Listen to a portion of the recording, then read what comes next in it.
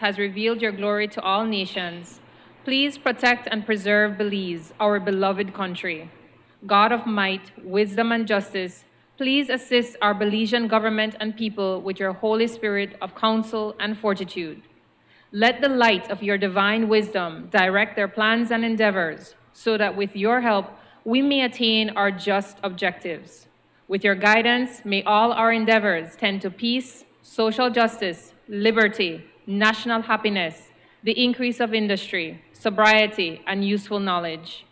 We pray, O God of mercy, for all of us, that we may be blessed in the knowledge and sanctified in the observance of your most holy law, that we may be preserved in union and in that peace which the world itself cannot give.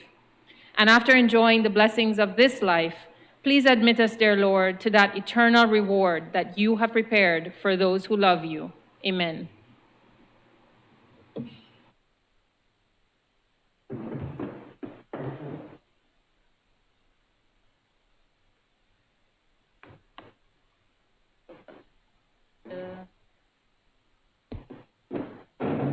Mr. Clerk, kindly administer the oath of allegiance Oath of allegiance.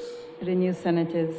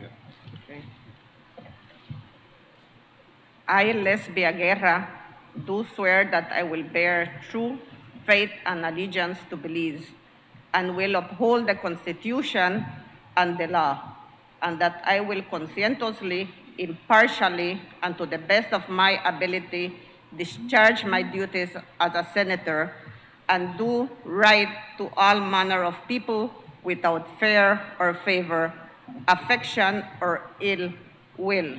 So help me God.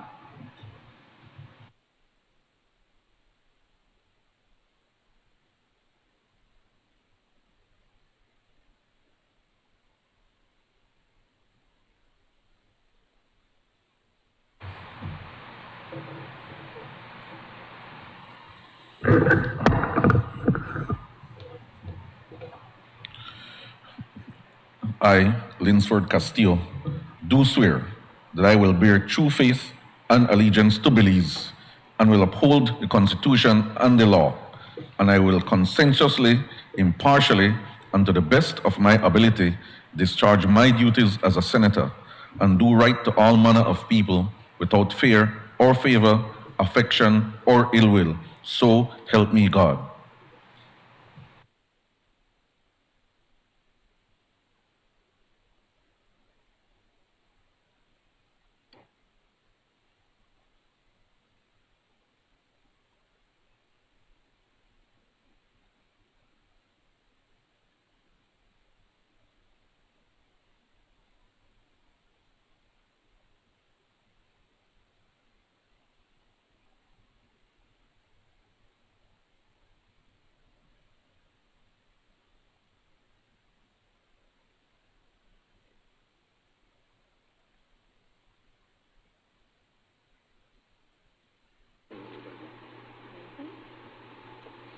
I, Beverly Williams, do swear that I will bear true faith and allegiance to Belize and will uphold the Constitution and the law, and that I will conscientiously, impartially, and to the best of my ability discharge my duties as a senator and do right to all manner of people without fear or favor, affection or ill will.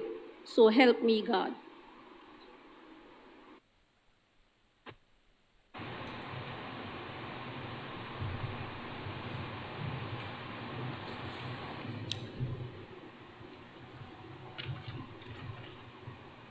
I, Antonio Herrera, do swear that I will bear true faith and allegiance to Belize and will uphold the Constitution and the law, and that I will conscientiously, impartially, and to the best of my ability discharge my duties as a senator and do right to all manner of people without fear or favor, affection or ill will. So help me God.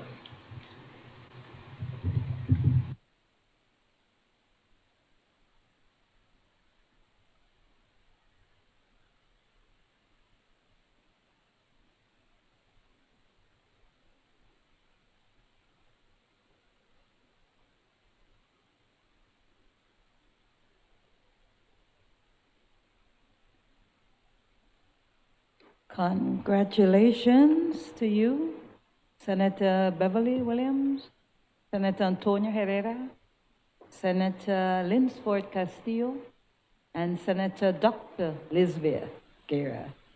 Welcome to today's sitting. Announcement by the President. Firstly, honorable members, at the meeting of the Senate held on 9th March 2021, the membership of the Standing Orders Committee, the House Committee, the Committee of Privileges, and the Regulations Committee were constituted as per Standing Orders 6-4. However, there is a vacancy in the membership of the Committee of Privileges and in the Regulations Committee.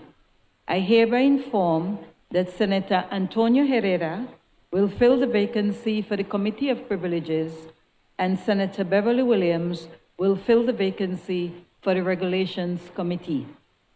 Secondly, at the meeting of the Senate held on 28 April 2021, the motion to nominate members to the Joint Public Accounts Committee of the House of Representatives 2021 was adopted. Section 73A(b) of the Standing Orders of the House of Representatives states that 3 members are to be nominated by the President of the Senate from among the social partner members of the Senate. As you all are aware, there is a vacancy in the Joint Public Accounts Committee of the House of Representatives upon the resignation of the senator from the NGO organization. I am therefore nominating Senator Janelle Chanona to fill the vacancy of the Joint Public Accounts Committee. Honorable members, by letter dated 13 May 2022, Cabinet's recommendation has been signified to the International Bank for Reconstruction and Development, Climate Resilient and Sustainable Agriculture Project, US $25 million, Loan Motion 2022. Papers. I recognize the Leader of Government Business. Madam President, may I, on behalf of this side of the Senate, offer my congratulations to the new senators, welcome them, and look forward to their participation in future debates, including today's debate. Welcome. Madam President, I rise to lay on the table sessional papers 25/1/14, the Lotteries Control Amendment Regulations 2022, and sessional paper 26/1/14, Civil Works Contract Agreements for the Caracol Road Upgrading Project, Lots 2A, 2B, and 2C. Honorable members, those papers are ordered to lie on the table. Motion relating to the business and the sitting of the Senate. I recognize the Leader of Government Business. Madam President, I move that at its rising today, the Senate adjourn to a date to be fixed by the President. Honorable members, the question is that at its rising today, the Senate adjourn to a date to be fixed by the President. All those in favor, kindly say aye. Aye. Those against, kindly say no. The ayes have it.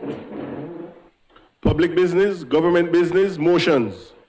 I recognize the leader of government business. Madam President, I move, whereas Belize, being a member of the International Bank for Reconstruction and Development, is eligible for development assistance in the form of loans, grants, and technical assistance from the bank on such terms and conditions as may be agreed between Belize and the bank from time to time. And whereas the government of Belize has approached the bank for financial assistance to implement a climate resilient and sustainable agriculture project to be undertaken by the Ministry of Agriculture with the assistance of the Belize Social Investment Fund.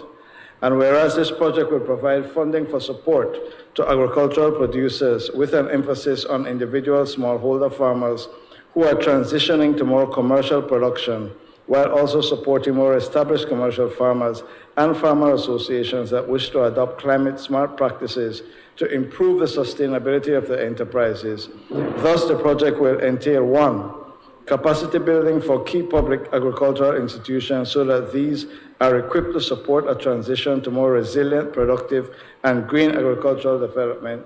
And 2, financing using matching grants for the adoption of improved practices and know-how by agricultural producers, as well as for collective shared technologies and assets. And whereas the bank has offered financing up to US $25 million for the said purpose under the following terms and conditions. Lender, the International Bank for Reconstruction and Development.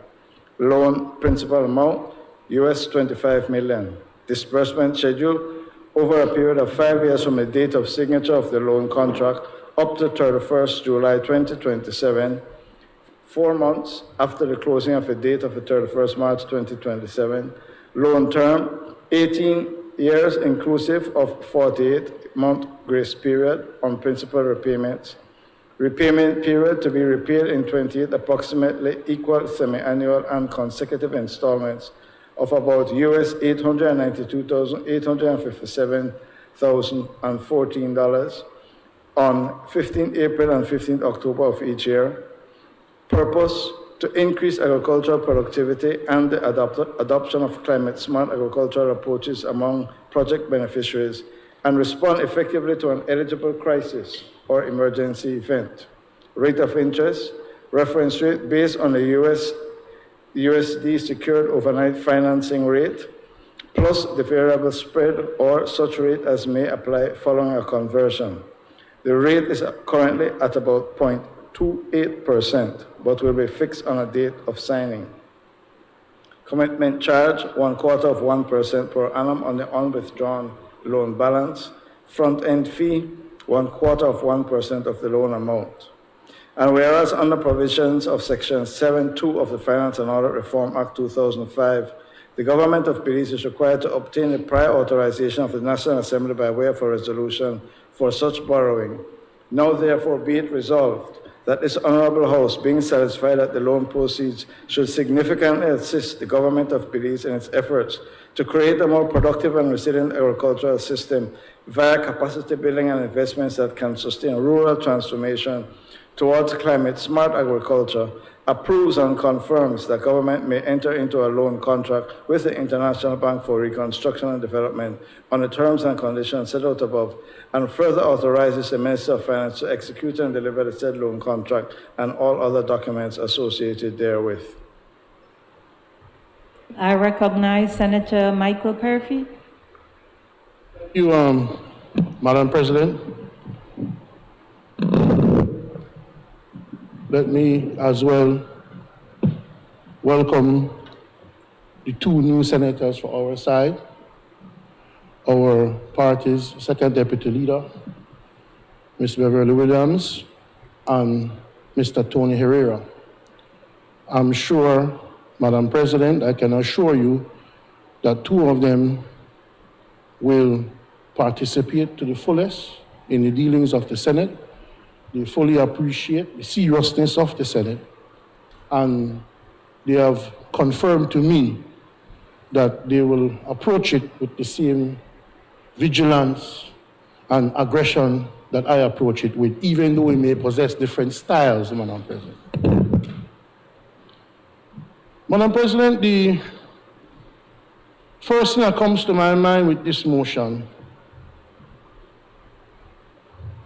without getting into the details in terms of the financial, the interest rates and the scheduling and everything, that's standard. That's almost cookie cutter laying down of a motion when it comes to the borrowing of money. So there's no issue with that. I'm glad that the government recognizes that from time to time you do need to borrow. And when we used to borrow, it used to be a big deal as to why we were borrowing again and again and again. But you need to borrow. You need to borrow to carry out the different projects you want to carry out. And nobody is going to argue against assistance to farmers, but then you have to look at what it said. It's a pity the Minister of State for Finance is not here, Senator Cowie. Maybe he could give us some more details. I don't know if Senator Cass, have you replaced him permanently or just temporarily for today? But it just, when it talks about financial assistance to implement a climate resilient and sustainable agricultural project, what kind of transition? We're talking consultancies, we're talking hard projects, what are we talking? Funding for support to agricultural producers with an emphasis on individual smallholder farmers who are transitioning to more commercial production. What are you talking about? Funding how? What's the criteria for this funding? How do you determine who gets the funding? Who decides who gets the funding? Is there a panel? Is there a board? Is it decided by the Ministry of Finance? None of those details we don't know. And sometimes when you flesh out the details in the, man, we know what you say, man. We know what you say. You actually read it? Boy, it would be a first. So what I'm saying, Madam President, we're still not clear as to fully how it will be implemented to the end. I mean, like, for example, let me give you an example then.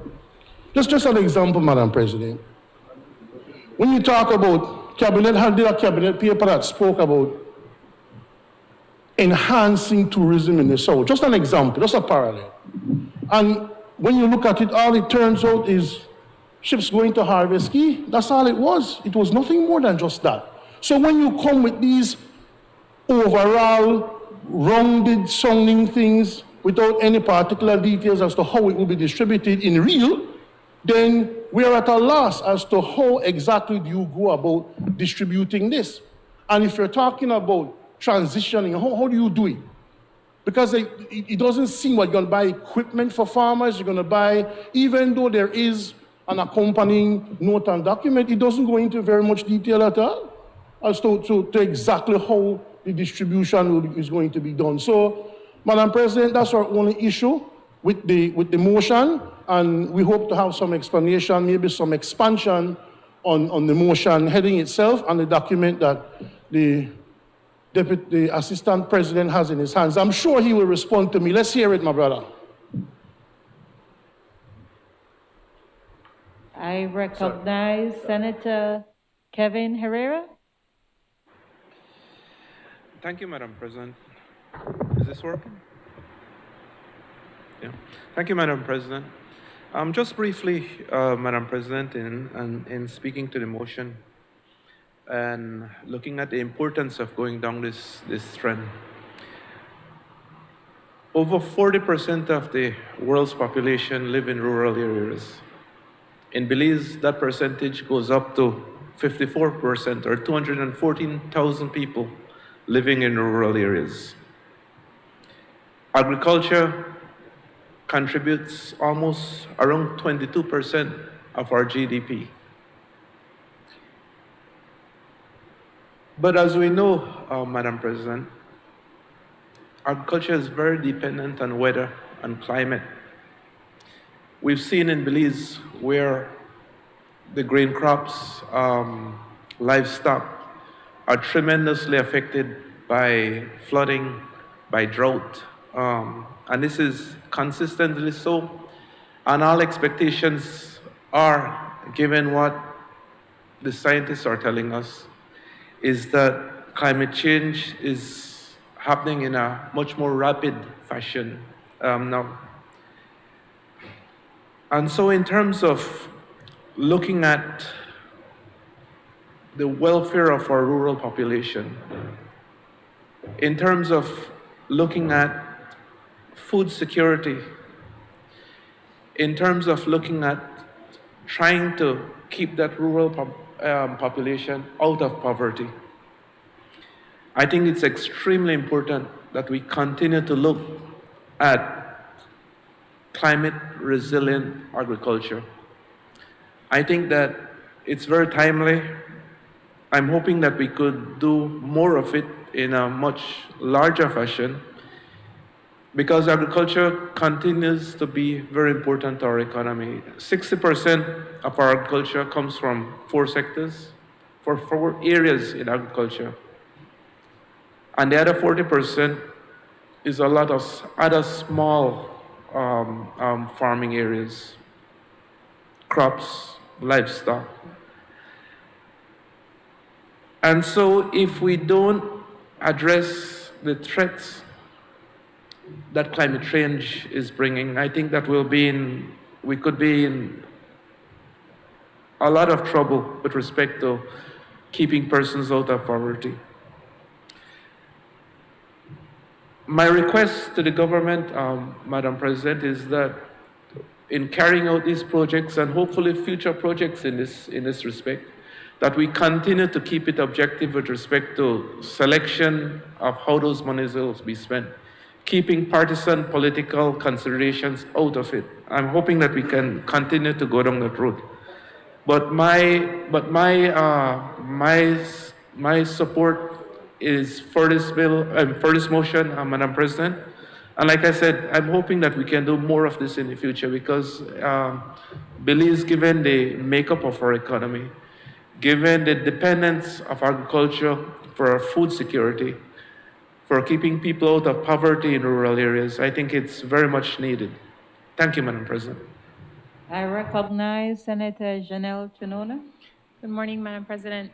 We rise in support of this motion as well, but not to nitpick. We would like to recommend a word change when we're talking about climate, in that it is truly a climate crisis that we are dealing with. It is not just changing.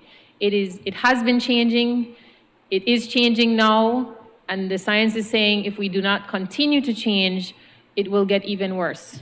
We only have to look to international news reports to see farmers in India dying because they have no crops, they have no field, they have no opportunity, and they have nowhere to go. And that is the reality for all of us. We have nowhere to go. I know the previous senator mentioned that this is timely. We would counter, we are late, but better late than never. So we certainly support this in full manner, and we would actually ask to be included in the deployment of some of these studies and work that will go into it. We have expertise within the network of NGOs and within the broader sphere of civil society that can look at things like soil management and look at how we are managing water security and making sure that we remain carbon neutral. Because while we are certainly feeling the brunt of climate crisis changes, we are also not contributing to it. And so long as we maintain that position, we will be able to shoot to the top of the list to access these funds. As I believe one government official put it recently, this is not their money, this is our money, because we have not contributed to this and we are feeling the brunt of it. Thank you.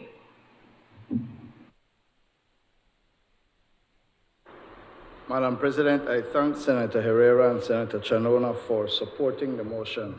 I'm not sure at the end of having listened to Senator Perry whether he's supporting or not. What I will say, though, is I'm disappointed that he has come to the Senate unprepared, because it's clear that he did not read the loan agreement that was attached to the motion. The questions he posed are all answered by the loan agreement, or perhaps it is that he read and didn't understand, and if it is that, I will help him. The loan agreement, Madam President and members of the Senate, which was produced, unlike in the past when these things were kept secret, was produced for the benefit of everyone so that they can read it and understand before voting on the motion. First of all, Schedule 1, Part 1. Look for it. I'll wait for you. Page 5.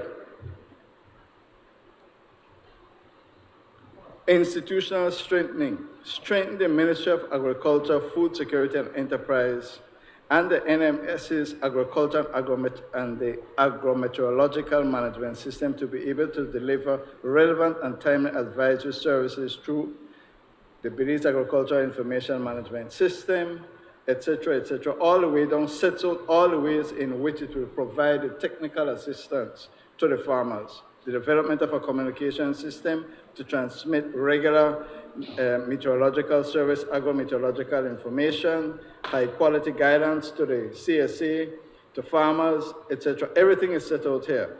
Secondly, strengthen the PCB, the Pesticide Control Board capacity to promote sustainable integrated pest management practices in agriculture through the provision and financing of equipment, training, consulting, strengthening the Pesticide Control Board. Strengthening BAHA, the Belize Agricultural Health Authority, strengthening the CSA approaches to training through training programs offered by the Agricultural Department of the University of Belize. Madam President, the loan agreement specifically sets out how it is that we will become more climate resilient, how we will be more scientifically based in terms of our agricultural development as we make the transition to more resilient types of agriculture. But it goes on. Part 2, page 6. Investment in climate smart agriculture. Strengthen the capacity of the project finance in implementation. The PFI is a partnership, the project financing partners, individual farmers and farmer organizations in support of the CSA's investment through capacity building, provision for technical assistance to PFIs, individual farmers organizations, applying to receive matching grants, and it sets out the criteria. Promote the CSA's technologies and practices through the provision of financing, leveraging private capital from PFI's eligible beneficiaries. It's all set out. Senator, I'll just remind you if you can, Senator Purphy, can we be reminding of studying order 40B? Maintain silence while another senator is speaking. 2.3, provision of selected strategic collective assets to strengthen resilience to climate events through the carrying out of technical studies, constructing and furnishing selected collectively used infrastructure that enhances the climate smart impacts on farm, CSA investments, etc. How is it going to be implemented? Turn to page 8. Without limitation to the provisions of Section 301 of this agreement, the borrower, through the Ministry of Agriculture, Food Security and Enterprise, and with the assistance of the BSIF, that's the, you know what that is? Okay. Shall carry out the project in accordance with this agreement, the subsidiary agreement, the project operations manual, the matching grant operations manual. And Madam President, if you look, paragraph 2, the borrower through the Ministry of Agriculture and Food Security shall cause the BSIF, the Social Investment Fund, to maintain through the project implementation unit with the composition, function, etc. Then, no later than 60 days, a project coordinator and a deputy project coordinator. And the important thing in all of these things, Madam President, you go down, the borrower through the Ministry of Agriculture shall establish and maintain through the project implementation a steering committee to be responsible for the overall guidance for project implementation with a composition, function, and responsibilities satisfactory to the bank as set forth in the project operations manual. The same thing applies for the matching grants, etc. And all of it, you see, goes on to set the requirement to establish the manual for project operation, for the grants, the subsidiary agreements.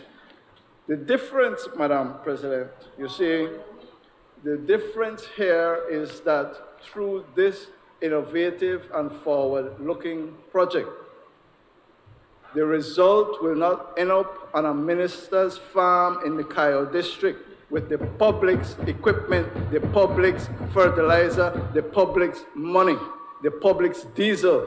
That is not going to happen under this. Why?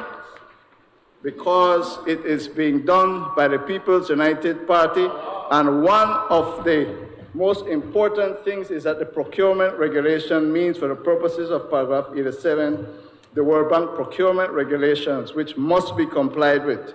In addition to which, Madam Means the President, 25 million just want nothing disappear. that Mr. Senator Perfit will understand. Ah, the farmers now get not note of this. You know, You hit the hear? farmer yet. Let me put on the record what he's saying. Farmers not The get note of farmers of Belize will not get anything out of this. this. Right, they won't. You know, Just like how they're against the none villages, hit the ground just yet. like how they're against the villages, they're not against the farmers. Huh? Not, All they Senator, want, the one farm, Nakayo, where Loan- all the equipment end up, where loan- all the fertilizer loan end up, computer where and all the consultancy. diesel end up. government business, I ask that we Loan stick to the motion, consultancies. and Senator Michael Perfit, Madam I ask President. that we be reminded of yes, sir. Standing The Order 25 million 40. just want disappear in a B. consultancy. Senator Michael Perfit. Madam President, I ask that the question be put. Honorable members, the question is now, therefore, be it resolved that this honorable House, being satisfied that the loan proceeds would significantly assist the government of Belize in its effort to create a more productive and resilient agricultural system via capacity building and investments that can sustain rural transformation towards climate-smart agriculture, approves and confirms that the government may enter into a loan contract with the International Bank for Reconstruction and Development on the terms and conditions set out above, and further authorizes the Minister of Finance to execute and deliver the said loan contract and all other documents associated therewith. All those in favor, kindly say aye. Those against, kindly say no. The ayes have it. I recognize the leader of government business. Madam President, I move that whereas the Belize Constitution empowers Her Excellency the Governor General to exercise the prerogative of mercy, and whereas Section 52(1) of the Belize Constitution provides that the Governor General may grant a pardon, either free or subject to lawful conditions, to any person convicted of any offense, and whereas subsection 2 of the said Section 52 further provides that the powers of the Governor General to grant a pardon under subsection 1 shall be exercised in accordance with the advice of the Belize Advisory Council. And whereas while the Belize Constitution does not explicitly state that such power may be extended to posthumous pardons or exonerations, it may be interpreted that the Governor General has power to issue a posthumous pardon within the jurisdiction of her governance. And whereas Nora Parham was executed by the British authorities under British law in a British colony, which subsequently granted independence as the state of Belize. And whereas Belize chose to retain the British judicial system in which the exercise of the prerogative of mercy can be extended to persons posthumously as a way of redeeming or righting an injustice that was done in another generation. And whereas it is the desire of the present government to correct the miscarriage of justice that resulted in the death by hanging of Nora Parham and bringing closure to that stain on our history. Now therefore be it resolved that Nora Parham be granted a posthumous pardon, the sentence of death by hanging imposed on Nora Parham and executed on the 5th June 1963 be revoked. I recognize Senator Beverly Williams. Good morning, Madam President. I want to, first of all, thank you and my colleagues for the warm welcome. Served in public service for over 40 years, and I intend to do so without fear or favor, as we just recited. I want to thank the Honorable Shine Barrow, our party leader, for giving me this opportunity to represent and serve the people once again in the House of Representatives. I will do my utmost best to work along with you, Madam President, and with my colleagues. That is my fervent duty and responsibility.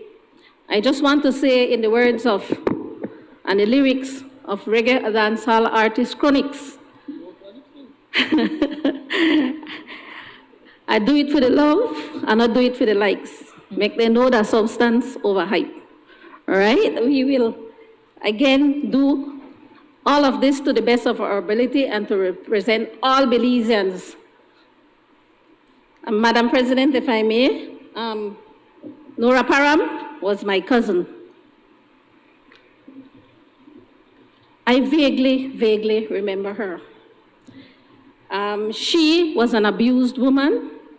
Many times she showed up at my home, as my mother recalls so very often to us, bruised and battered. Nora was a brave and courageous woman. My mom always ends her stories on Nora by saying, "What a pity. A beautiful person, one of the prettiest women that I've ever known." I take this opportunity, Madam President, to ask all Belizeans to click on that link for the Belize National Historical Society and read the history on Nora Parham. This egregious miscarriage of justice has caused an indelible stain that is forever etched in the annals of our Belizean history. Like her children, I do not believe that Nora was guilty. I do not believe that she lit the match. Like Pinita Espejo, I believe that her statement was changed. She never locked that latrine, and again, she never, ever lit that match.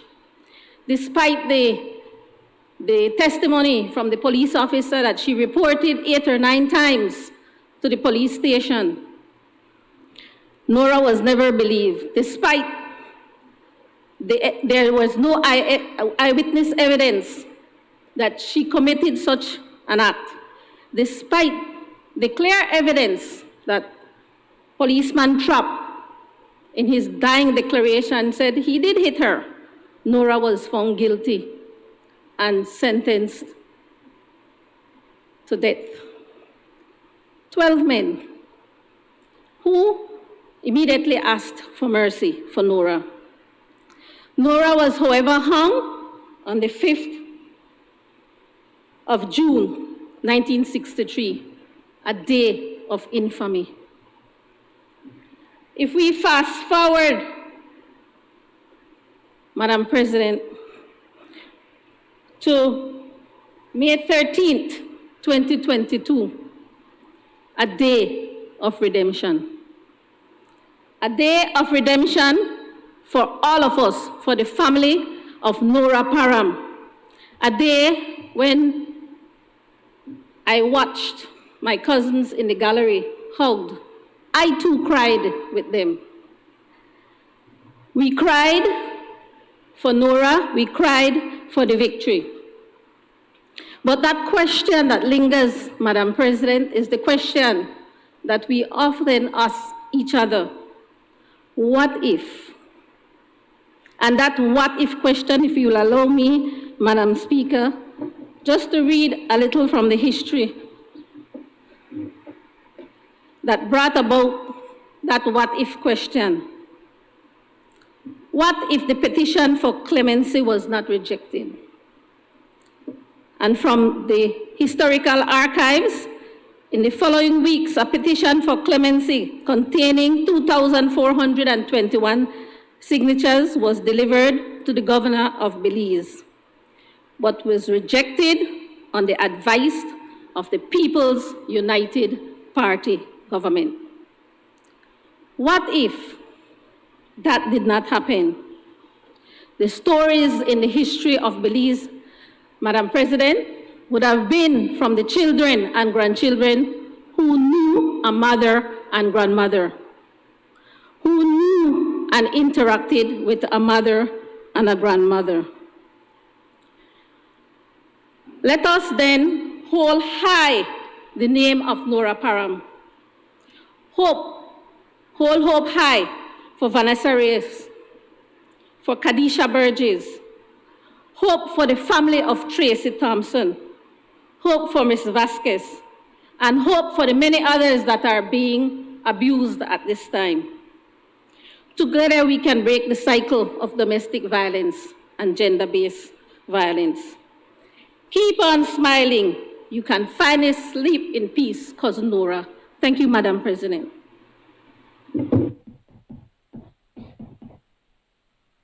I recognize Senator Elena Smith. Thank you, Madam President. Good morning, and may I take this opportunity to welcome the new senators today. And we trust that as we move forward with our work, that we'll be able to do so in unity whenever possible. Madam President, I wish to say a few words on this motion. Of course, I didn't know Nora Parham. However, I was fortunate to know one of her sons and two of her granddaughters who are my cousins.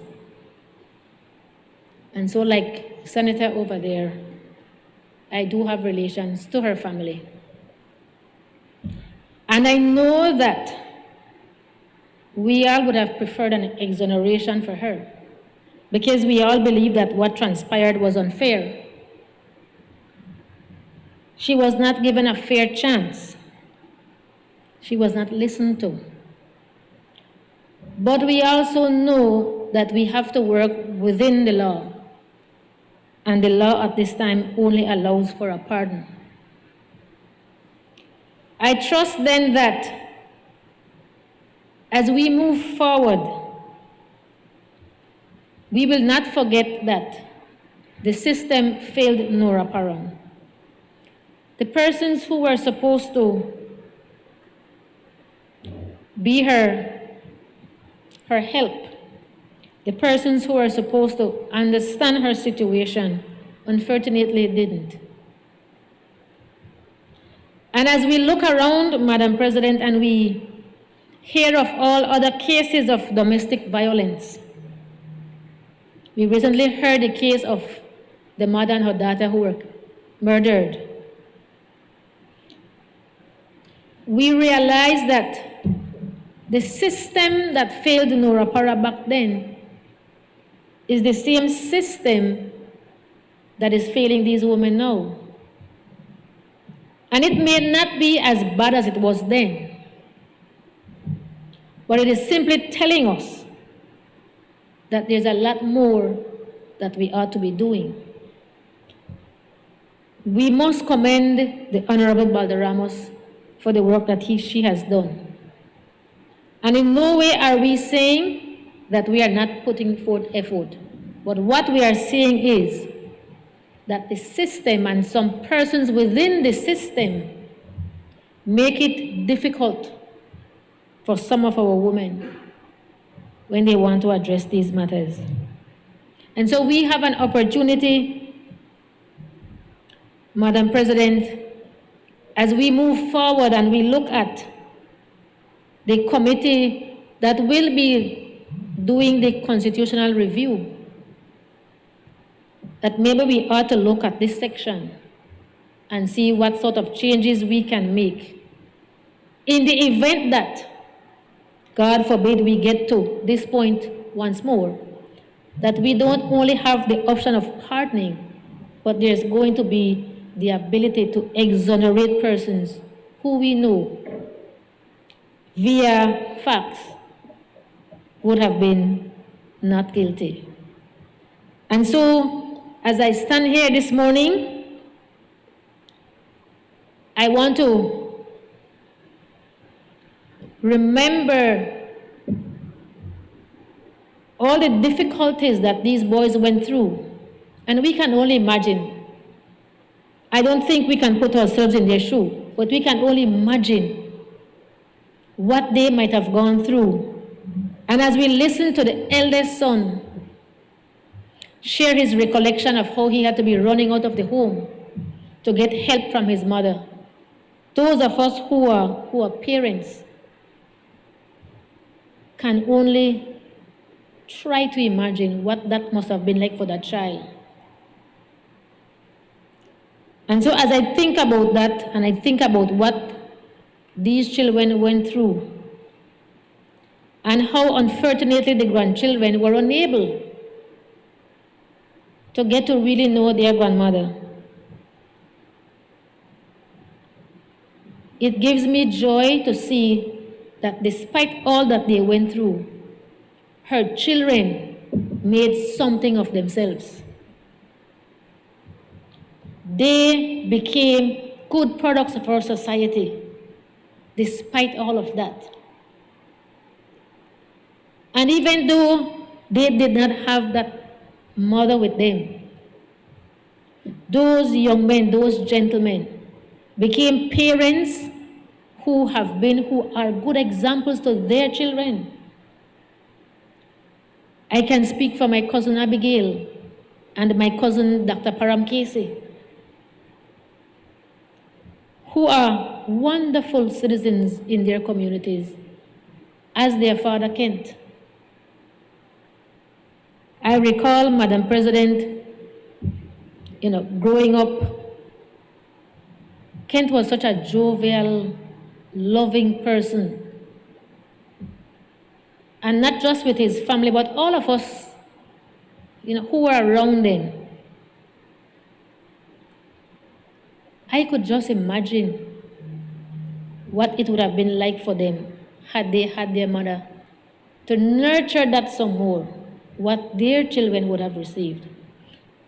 And so, Madam President, we are very happy, we are very pleased to know that the government, along with us, have taken this position and will be moving forward. And I hope and I pray that this matter can be finalized very soon, that the children and the grandchildren and the other relatives can finally see the end of this. I thank you. I recognize Senator Janelle Chinona. Thank you. It's hard, I think, as a woman not to feel so very moved by this story. And I remember studying her story in school and having that resonate last, on the 13th, watching the events happen in this house. And I don't think there was a single Belizean man or woman that looked at those young men in the gallery and was not moved to tears. So I extend my condolences to all the family who have had to relive this moment in their lives. But I'm comforted somewhat by the comments that it is one more chapter. And I think that's the takeaway for us in the community. Our members are on the front lines of domestic and sexual violence work. That Ms. Param's story is not concluded, there's not a full stop now, but truly that she becomes more than the victim that she was, but truly the catalyst that she can be, and that she can break, as others have called it, this cycle that we're playing out. Because, and I think it was even the Prime Minister himself that called out that 99% or some very high number of our homes are dealing with some form of violence. That's incredulous. And I know that very recently, in February, in fact, I believe this Senate passed the motion to look at putting together an inclusive and comprehensive response to this crisis. And just to inform the Senate, we have reached out to the minister to thank her for this leadership. I think it shows that women in leadership matters. It took a long time to get here, but we're here. And it's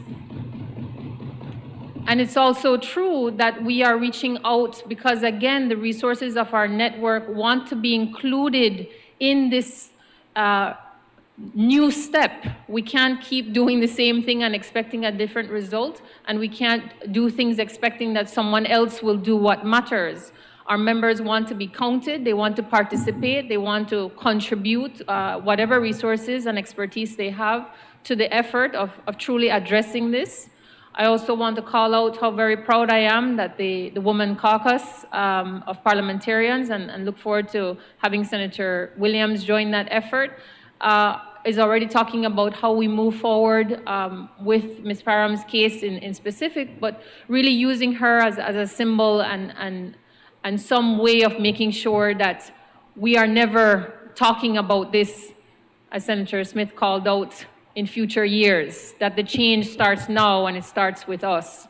So really to call out that we honor her memory, but more than that, we commit to working to make sure her legacy is more than just the victim she was, that she will be the catalyst for the change we all want to see in Belize. I recognize Senator Michael Perfy. Can I not give way to Senator John, Madam President? You are. I said, how can I? No, you look, I caught your eye. Well, it's hard for me not to catch your eye first. But.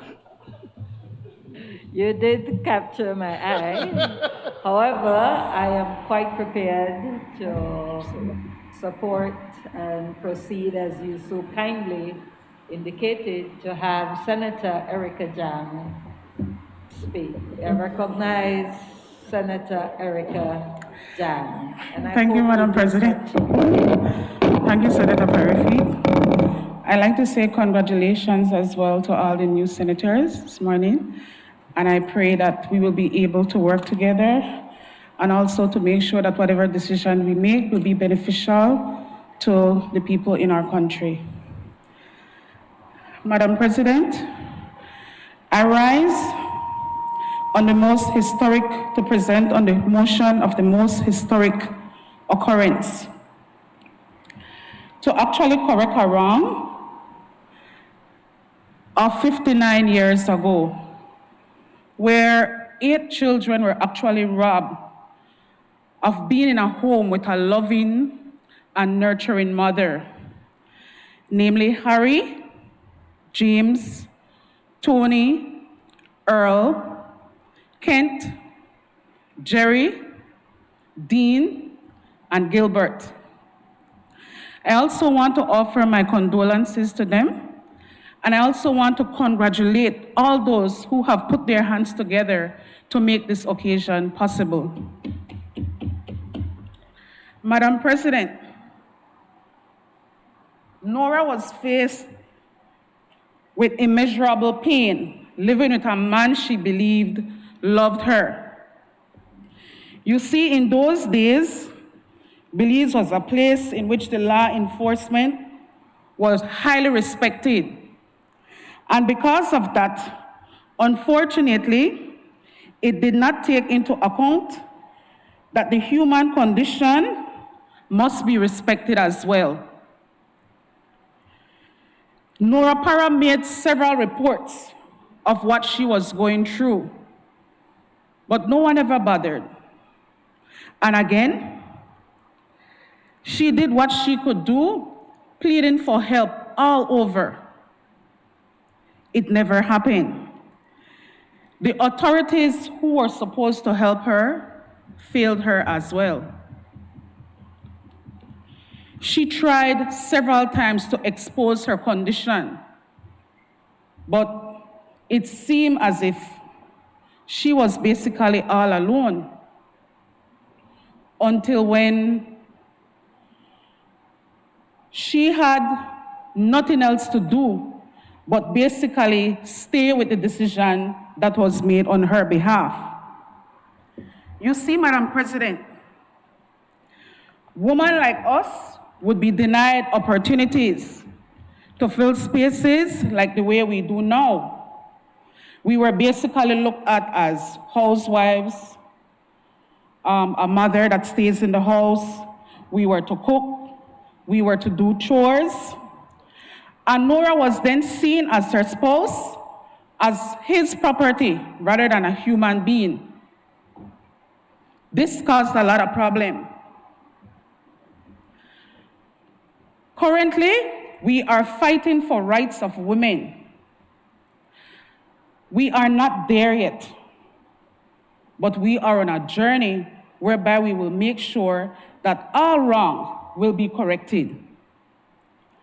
This is not something that the government and the Prime Minister, Johnny Briceño, the Honorable Johnny Briceño, takes lightly. This change led by another powerful lady, Minister Dolores Valderramos Garcia, is not just to show that this injustice should never happen again.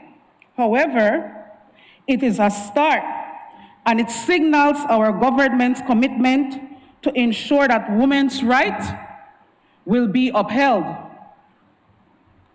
Madam President, it was in this House of Representatives, which we passed a motion denouncing domestic violence.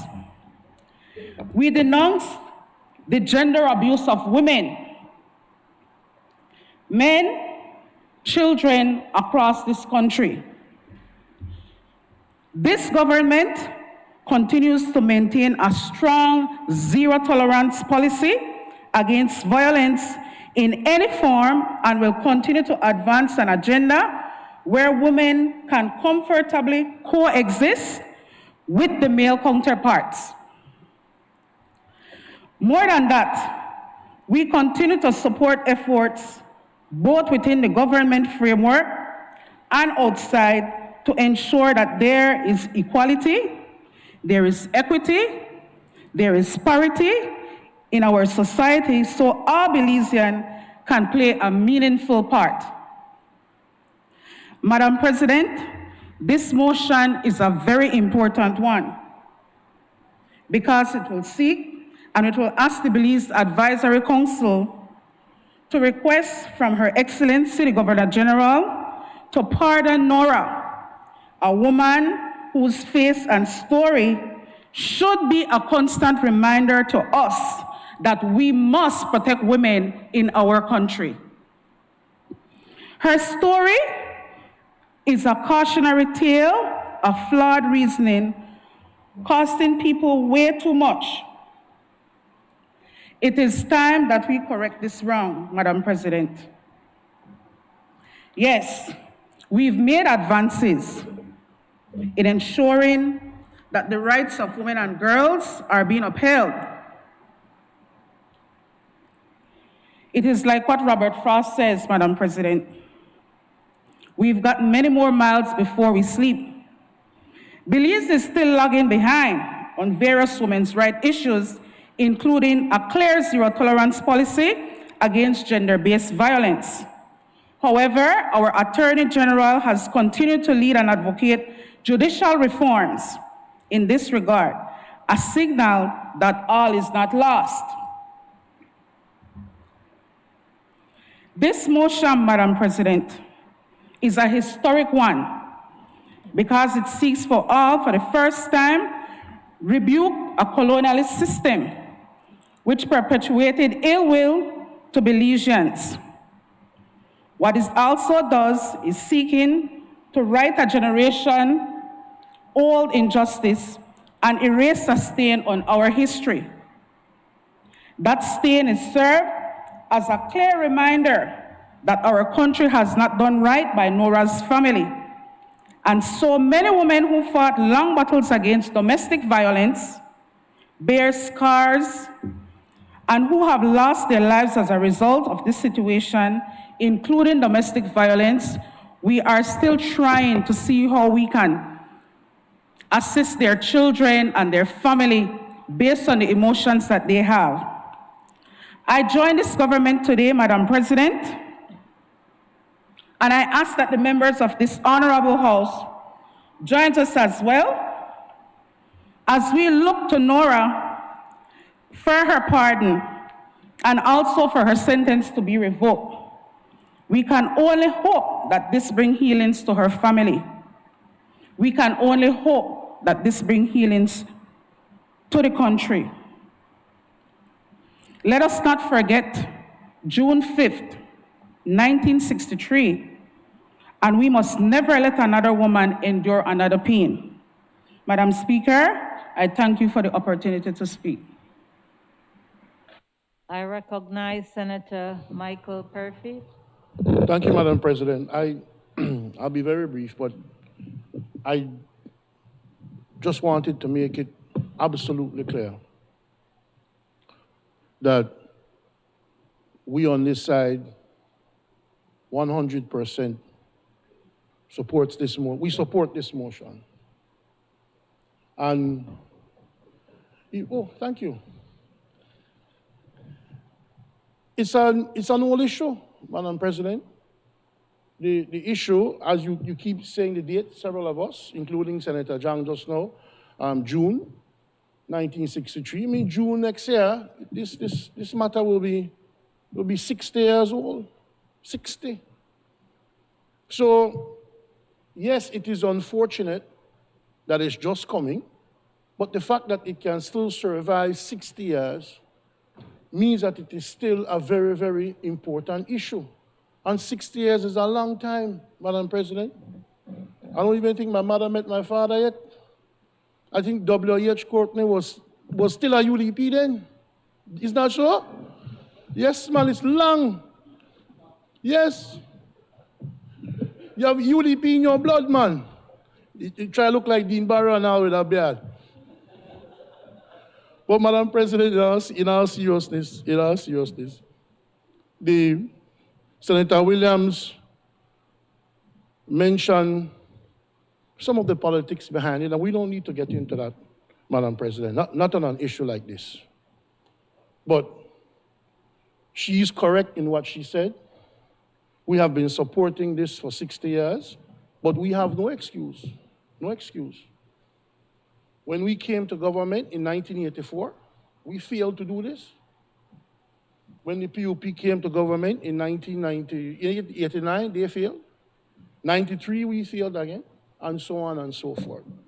And I think both governments have failed, and this government should be commended for bringing the motion that we can fully support. And while we do, Madam President, both sides give condolences, and we feel the pain of the family of Ms. Parham. I think the family also deserves, Madam President, from both sides of the House, official apologies. And so, for taking so long, or for never bringing this matter to the National Assembly in our case, Madam President, on behalf of the UDP, I would like to offer a heartfelt apology to the Parham family and to reiterate to them that we supported her clemency then, we support it now, and we are fully in support of this motion. And I think that even though the PUP has to be credited for bringing this motion, I think it would be useful as well, given their history in this matter, for them to offer their own apology to the Parham family. Thank you, Madam President. I recognize Senator Linsford Castillo. Thank you, Madam President. It would be certainly remiss of me to be present in this honorable House today, and yes, just for a stint, and not take the opportunity to at least give a few short remarks on this, what I regard as a historical motion, and I'm certainly happy and humbled to be a part of this process today. Madam President, I took some notes as I listened, and I am looking at some numbers. I am no mathematician, but I like to look at this particular issue from a numerical angle and to timeline it to see where we were then and how far we have come today. Nora Parham, and I hear this name, and I know myself, I have been hearing about this lady from a child. She was born on the 1st of January, 1927. So that means she would have been 95 years old today. She died on the 5th of June, 1963. And her execution, we put it at 59 years ago. Like what some of the senators mentioned earlier, almost 60 years. She was found guilty on April 30th, 1963. The act was committed on February 6th, 1963. So within 4 months, that is very, very swift. 4 months from the act committed to the guilty verdict, very swift. And as I mentioned, she was executed on June 5th. So from the guilty verdict to the execution was 36 days, Madam President. And she so happened to have been 36 years old when she died, and no one getting nobody raked today. Right? Yeah. So within 36 days from the guilty verdict, she was executed. Now that is swift as far as I am concerned. But as I look at this timeline, almost or going on to 60 years since this horrid incident took place, all I could say was injustice was swift, but it took us 59 years to right a horrible wrong. And so as I reflect on what we're doing here today, I can't help but being emotional. And so this posthumous pardon, Madam President, certainly couldn't have come at a more appropriate time. And like previous senators have mentioned, I'm happy that this government took it upon themselves to ensure that we right this horrible wrong. Now, certainly, this cannot bring back Nora Parham. This pardon will not take us back into the past and allow us to correct whatever then.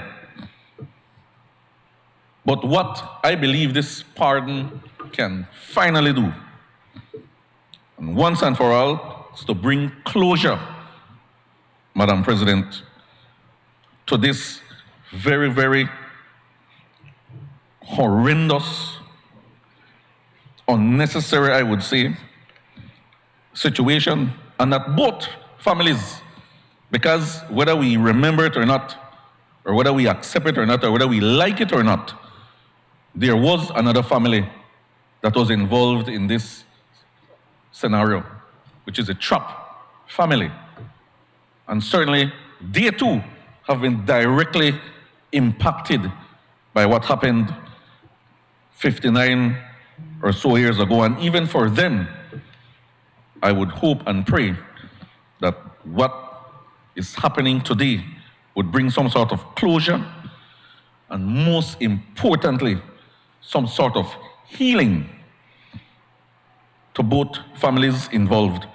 And of course, my condolences is extended to the Parham family, to her sons, to her grandchildren who are still with us today. And so, Madam President, today, May 20th,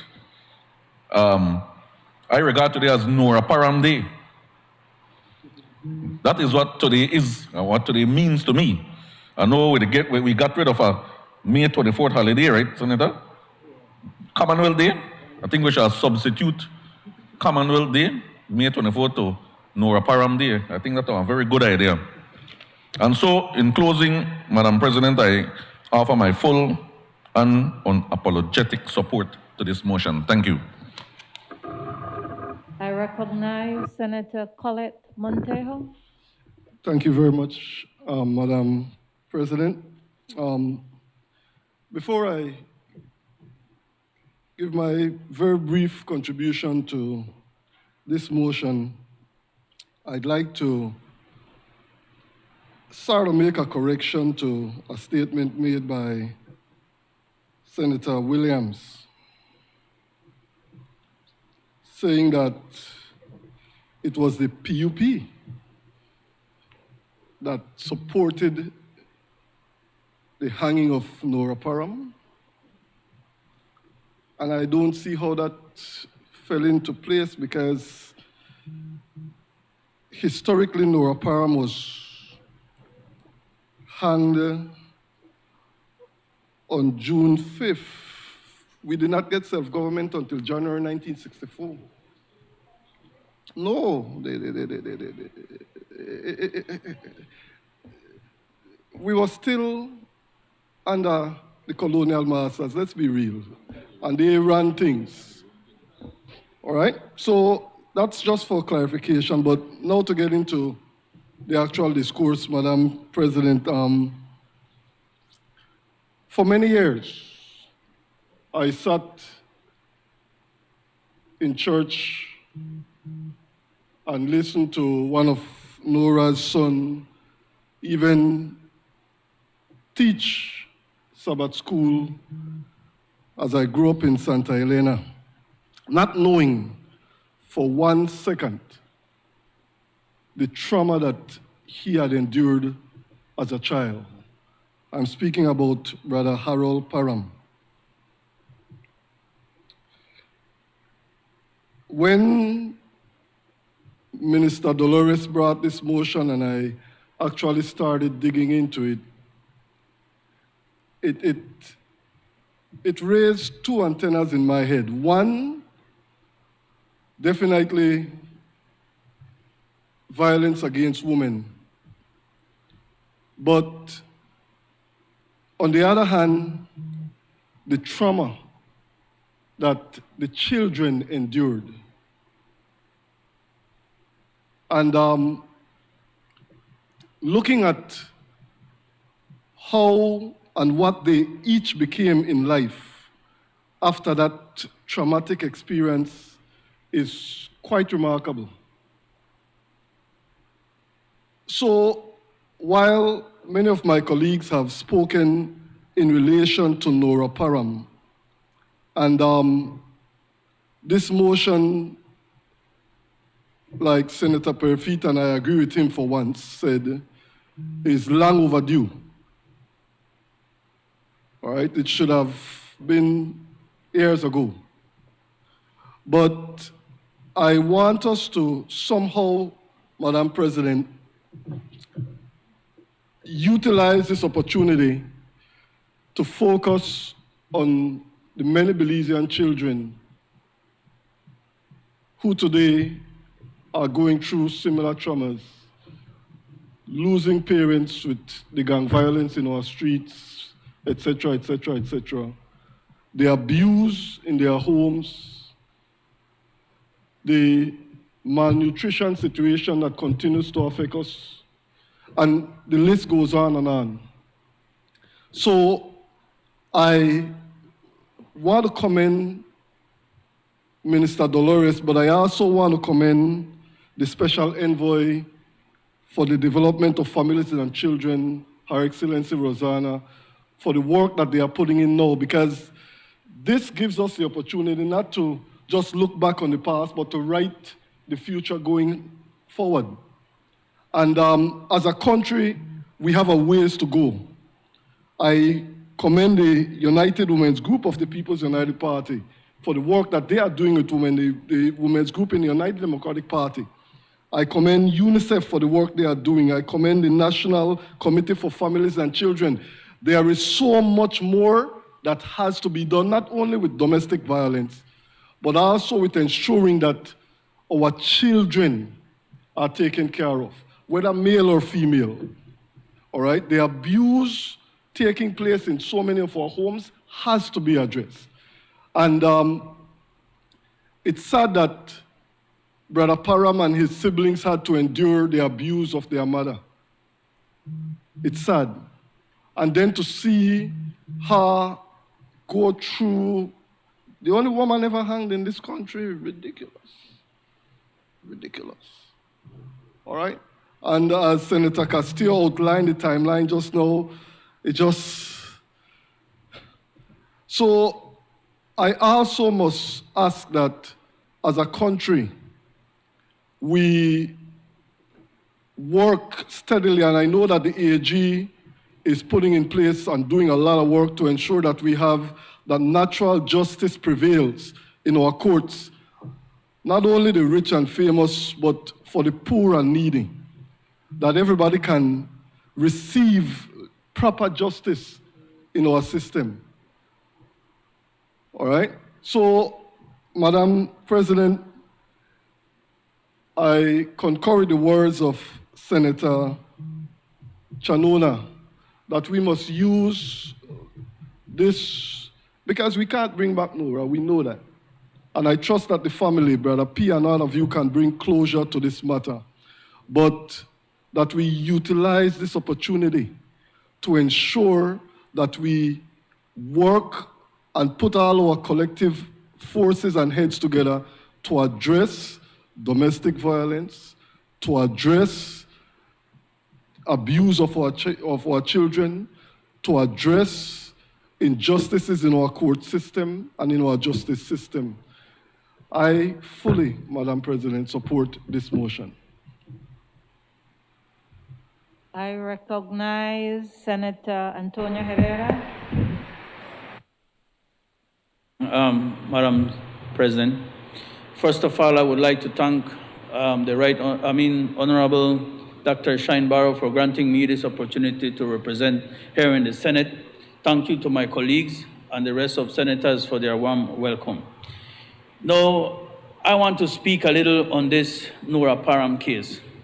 I will try my best, Madam President, to do it as best as I can because this comes from my heart. I'm no historian, no mathematician, but I can tell you I have lived this, and it's been so close to me to see your mother being battered. You know, it's a hard situation, and I cannot only imagine, but I can relate to what the late Nora Parham went through. A product of 7 siblings, and we thank God that we can say that Mom is still alive. So, I would say that this is close, very close to me. It took me some while to stand up here and try to express how I feel about this Nora Parham case, having to live this blow by blow. Growing up as a child, seeing your mother put in a corner, it's no joke. But like I say, I thank God once again that Mom is alive, my father has changed, and all of our siblings have become somebody in society. We have a doctor in the family, several teachers, and here we are today that we can share this story for everyone. And now God has given me the opportunity to go nationwide so that there we can share this story and probably can change the life of many others living this same situation. This is real. This is not 60, 70 years ago. This is now. And so I applaud the government for taking this initiative. And let's work together to end this violence. It's very few that make it out of this hole. This is like an abyss to climb. Violence is the home is something very serious. And for you to grow and become somebody in life, it's double difficult than one who has it. I see it with my own children, how we broke away from those chains of violence, chains of poverty. Your kids grow with so much love, and you can feel it while we were growing up. So I say, together we can change it. And one more thing before I end. There was another killing that was close to me, Tracy Thompson, a friend of mine, supposedly slain by her ex-husband and in front of her 2 kids. That's the reason I stand here and I say, you know what? Thank God that Mom is alive today. And I can say that 1,000,000 times. Thank God that she is out and we have a better way of life. Thank you, Madam President. I recognize Senator Bevan Powell. Thank you, Madam President. And I too would like to congratulate and welcome the two new senators who were sworn in today. Madam President, I was recently reading an article by David Pissarra, a Los Angeles divorce and child custody lawyer. In his article, he stated, and I quote, "Mistakes, injustices happens to individuals and societies, but thankfully, history has its eyes on us. And as has been said, the arc of history bends towards justice." Madam President, 59 years ago, a grave injustice was done to Nora Parham and her family. This injustice occurred when Nora Parham's life was ended in the harshest way possible. This grave injustice, Madam President, left a stain in our history, a stain that reflects a young mother standing for herself, a young mother standing against domestic violence, a young mother who was standing for her kids, a young mother who was only seeking justice, but justice never came to her. This sort of event in our history, Madam President, must be corrected. It is unacceptable to have such an event in our history. Today, we're here to correct that.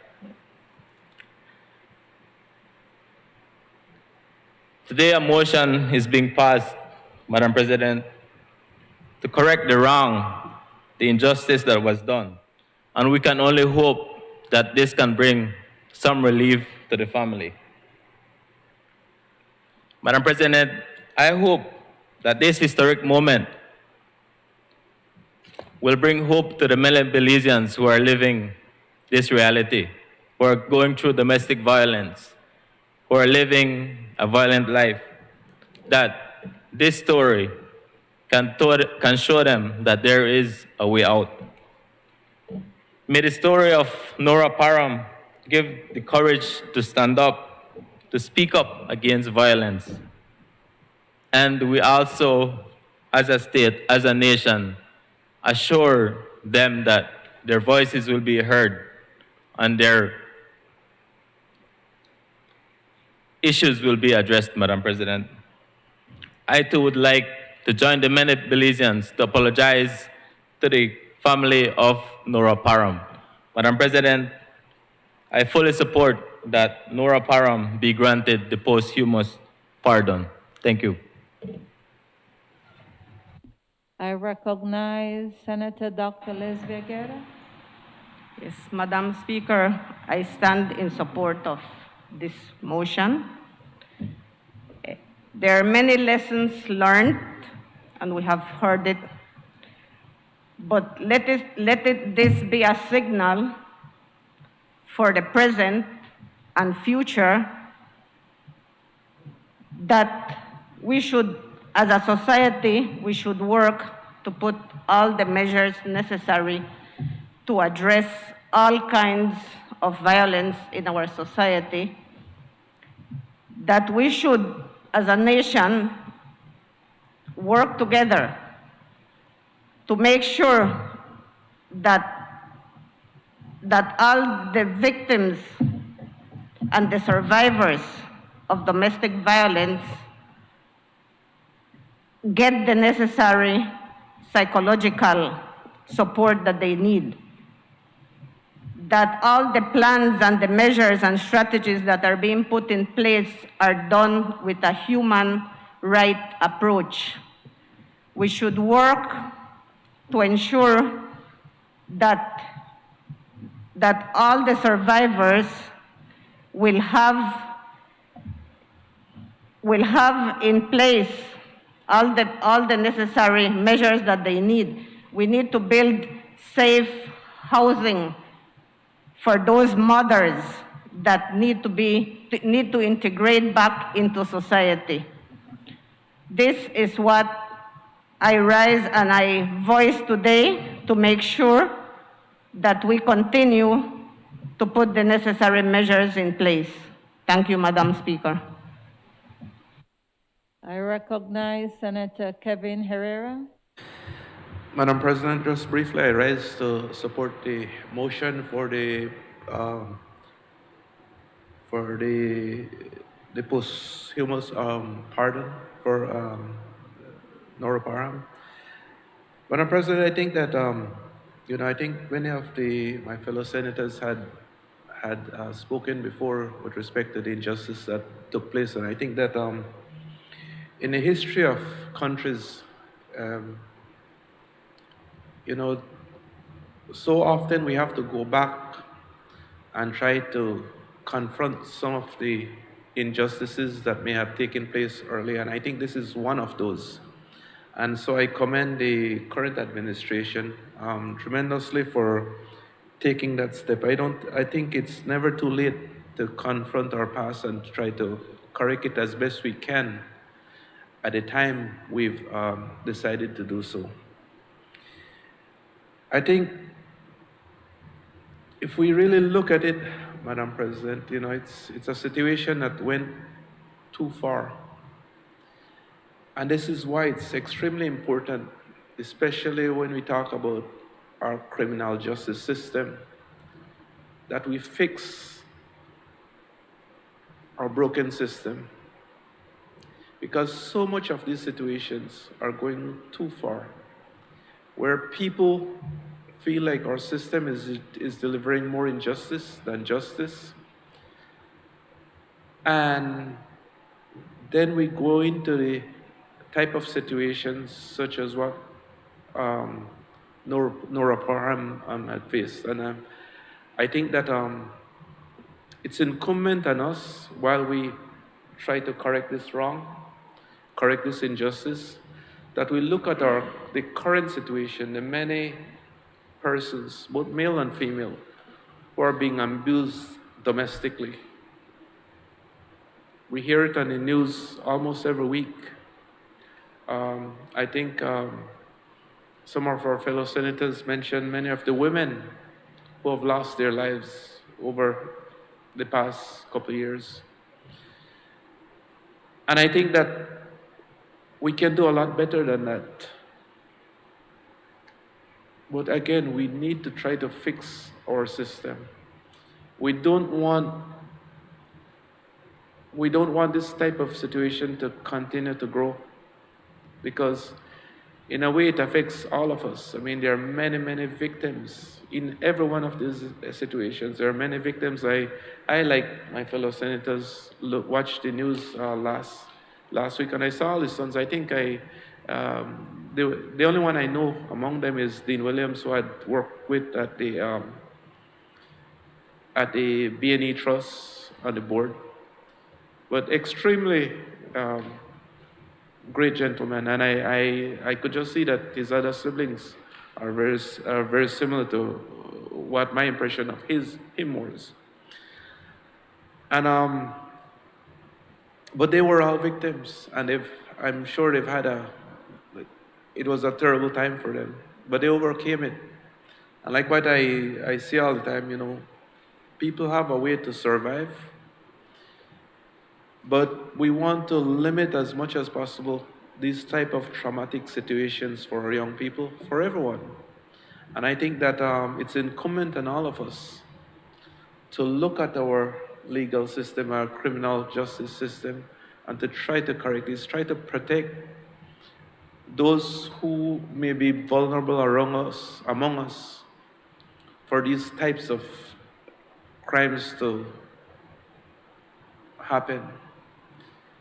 So I rise in full support of the motion. I think it's something that should have been done a long time ago, but it's never too late, Madam President, and I'm glad that we've taken this step today. Thanks. Madam President, as I wind up the debate on this very important motion, I would simply join fellow senators who have identified the issues. One is personal, one is policy, and one is legal. We heard from Senator Williams and Senator Herrera, their personal or part of their personal experience with this type of gender-based violence and the relationship with their families. And the focus of the Nora Parham pardon is not only on the personal aspect, the fact that she lost her life in unjust circumstances, having been the victim of violence, but it also points out and it brings into the fore the fact that gender-based violence continues in our country today at levels that are unacceptable. This resolution, this motion, has brought a sense of maturity, a sense of unity, and a sense of nationalism, where across the political divide and joining with the social sector, I think there is a renewed commitment to dealing with this issue. It's not easy. It's not going to be done in a day, overnight, but we have to move, and I believe we are moving in the right direction. In terms of policy, it is interesting. I was looking at a report by the World Justice Project on the rule of law in Belize. And there is an aspect of the report that speaks about the perception of society to gender issues. Madam President, there's a lot of work to be done. We are still, in many ways, a conservative society. That report, for example, just as one example, significant amount of the persons surveyed said the man must be responsible for all the expenses in the home.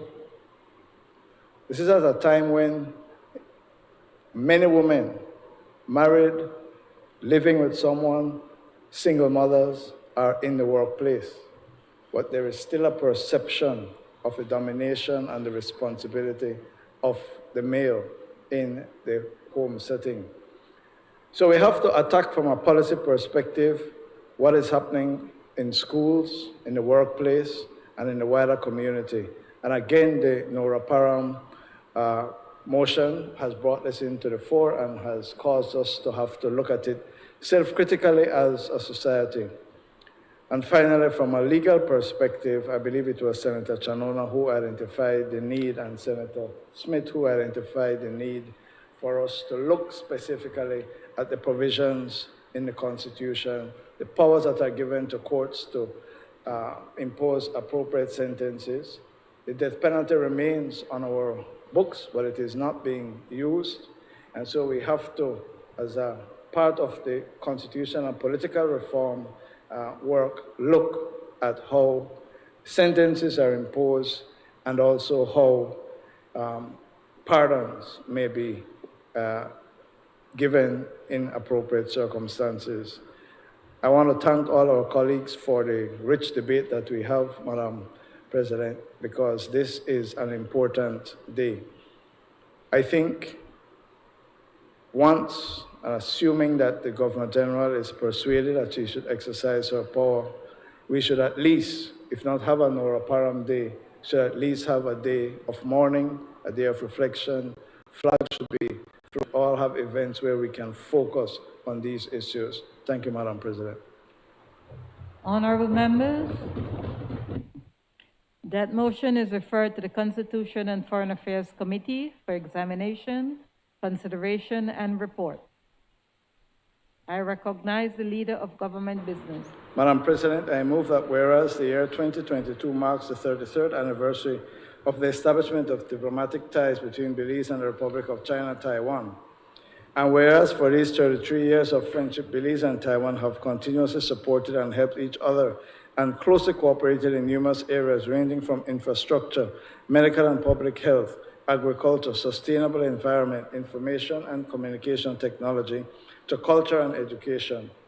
And whereas all bilateral cooperation projects between Belize and Taiwan, including road construction, motor vehicle registration and license system, breeding sheep and goat production, urban resilience and disaster prevention, medical imaging systems, women empowerment, Mandarin teaching, and talent cultivation are currently proceeding smoothly.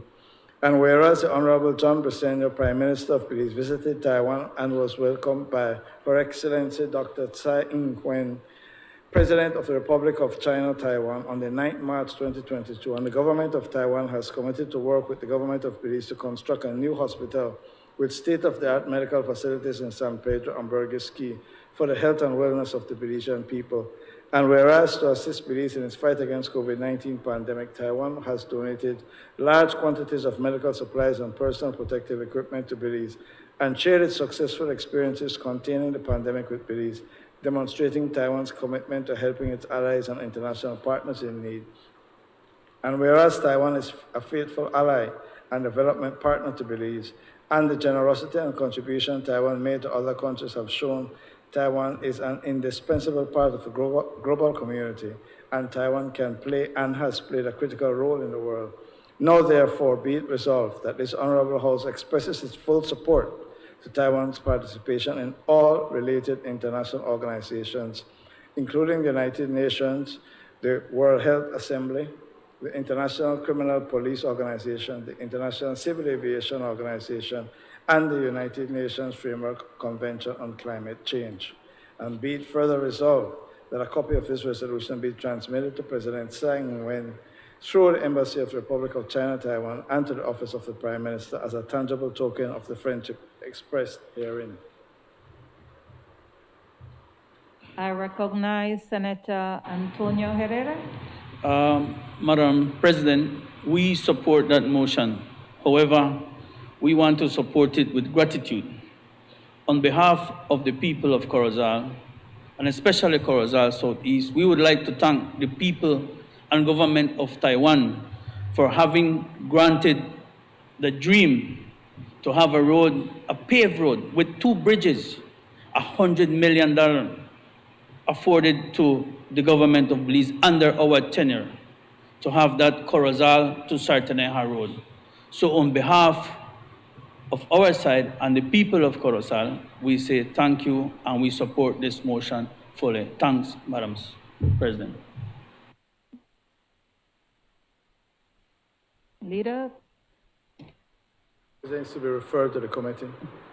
Honorable members, that motion is referred to the Constitution and Affairs Committee for examination, consideration, and report. I recognize the Leader of Government Business. Madam President, with your permission, I would like to take the next motions together. You may so proceed. Much obliged. Madam President, I move that whereas Section 3.1 of the Prevention of Corruption Act, Chapter 105 of the Substantive Laws of Belize provides for the establishment of a body to be known as the Integrity Commission, which shall consist of a chairperson, who shall be an attorney at law with not less than 5 years standing, and 6 other members who shall be persons of integrity and high national standing. And whereas it is further provided by subsection 2 of that section, that 2 members of the Integrity Commission shall be appointed by the Governor General, acting in accordance with the advice of the Prime Minister, given with the concurrence of the Leader of the Opposition, and the other members of the Integrity Commission, including the chairperson, shall be appointed by the Governor General, acting in accordance with the advice of the Prime Minister, given after consultation with the Leader of the Opposition. And whereas Section 3.2 of the Act further provides that in the process of consultation with the Leader of the Opposition for the appointment of the chairperson, the Prime Minister shall use his best endeavors to secure the agreement of the Leader of the Opposition. And whereas after consultation with the Leader of the Opposition, the Honorable Prime Minister intends to advise Governor General to appoint Mrs. Andrea Maxwini McCoy, Attorney at Law, as chairperson of the Integrity Commission. Whereas Mrs. Andrea Maxwini McCoy is a person of integrity and high national standing and is duly qualified to be appointed as the chairperson of the Integrity Commission.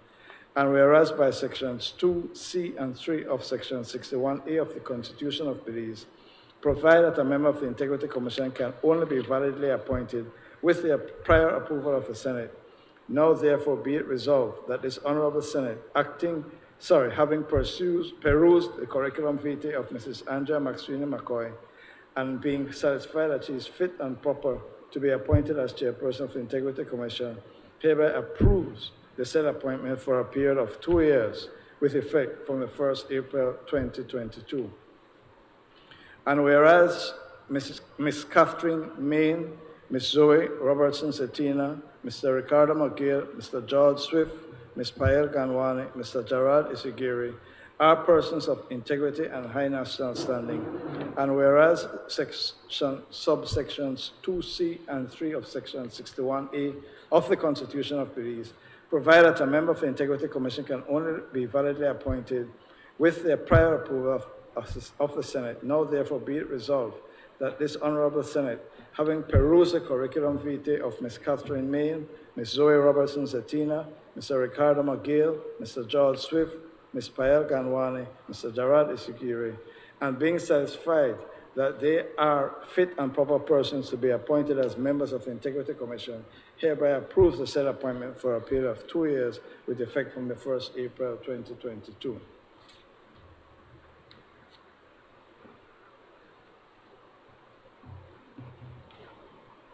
Honorable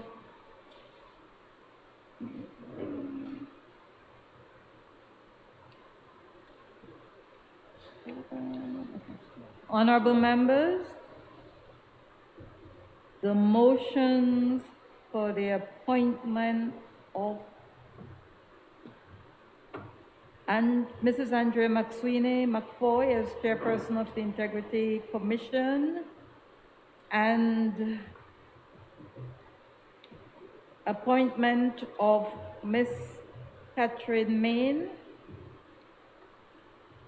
Ms. Zoe Robertson, Mr. Ricardo Mogeo, Mr. George R. Swift, Ms. Payal Ganwani, and Mr.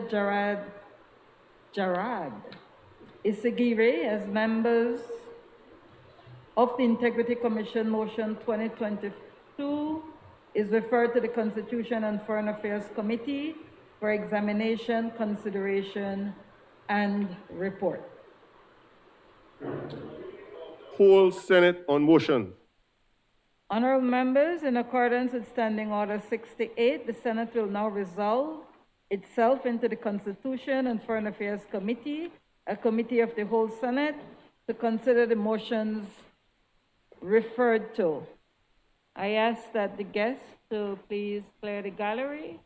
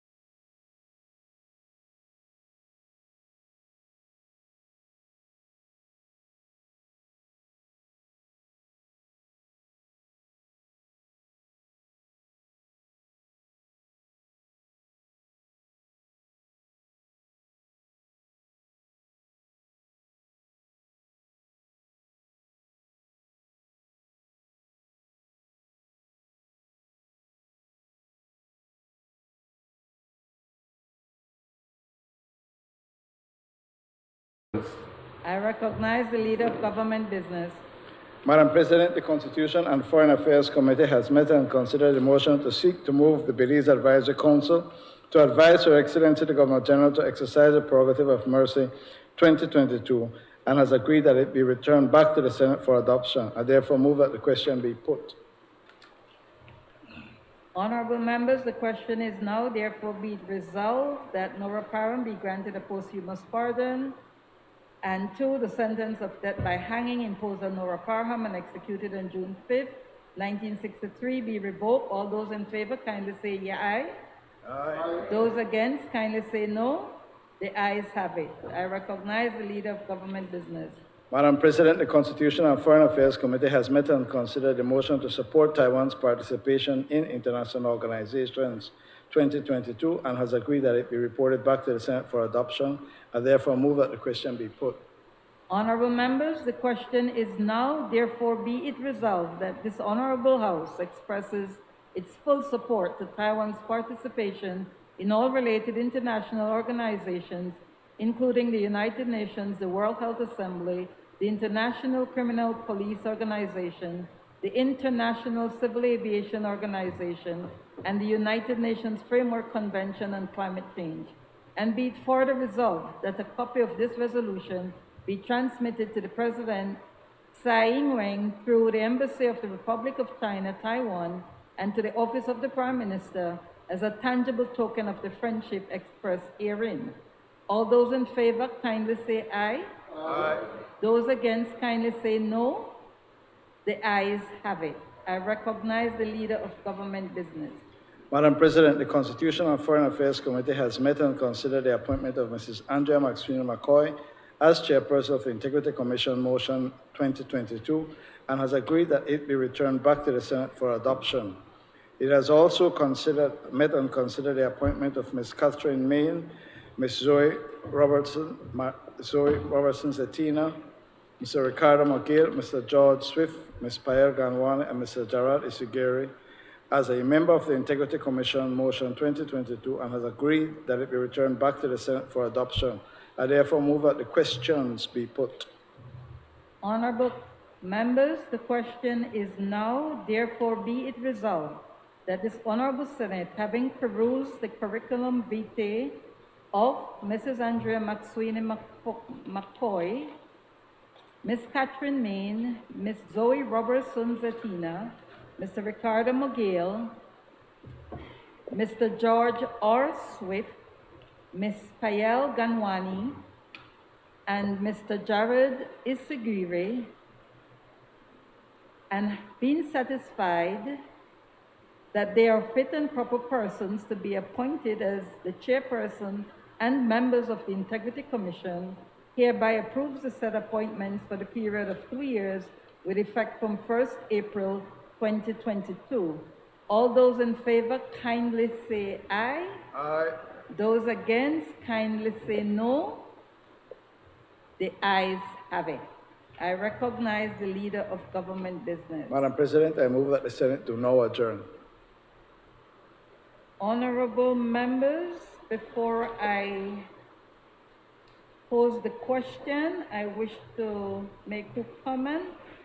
First, I want to acknowledge the apologies of Senator Honorable Bishop Moses Benguier, who indicated he was unable to come today because he was diagnosed with COVID-19. We wish him a speedy recovery. And 2, I wish to say how honored and privileged I am to have served as the presiding officer as we adopt the motion to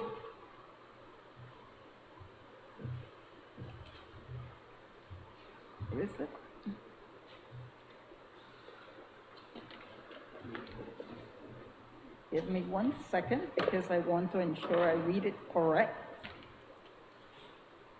For Nora Parham to be granted a posthumous pardon and for the sentence of death by hanging imposed on Nora Parham and executed on June 5th, 1963, be revoked. I believe that it shows what unity within the Senate of government and opposition and social partners can so do. Honorable members, the question is that the Senate do now adjourn. All those in favor, kindly say aye. Aye. Those against, kindly say no. The ayes have it. The Senate now stands adjourned.